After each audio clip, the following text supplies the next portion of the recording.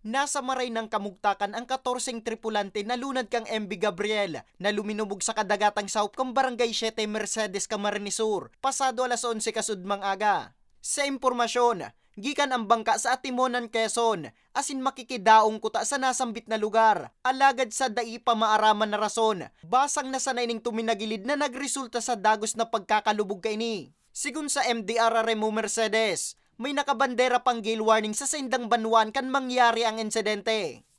Papasok sila dito sa Mercedes, bibili ng mga pangkonsumo nila. Nag-assist po ang LGU Mercedes. Dinala namin dun sa kamag-anak ng may-ari ng bangka na taga rito rin sa Mercedes. Dinala namin lahat ng mga gamit, hinakot namin dito, rescue vehicle. Kasi may reported kami na talagang pagkagilid po ng mga gamit, may mga nawala po na 2 cellphone ata yun. Binisto ang 14 tripulante na sinda Gregorio Morate Jr., Hermenio Villaluz, Gregorio Caballero, Richard Aban, Donald Tejada, Welmer Pojeda, Wally Pojeda, Jeric Morate, Errol Cañete, Medel Alegre, Roderick Paleno, Jimson Pirante, Richard Fernandez asin Pabling Mercurio na tulos man na naasistiran kang MDR Remo. Okay man ito, nasa in safe condition na po itong 14.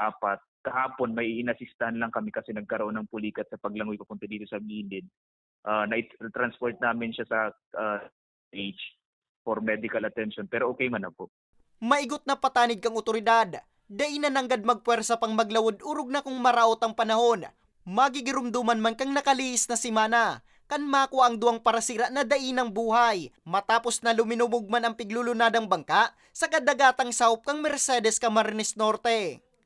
Para sa mga baretang tatak Bicol, Nomer Corporal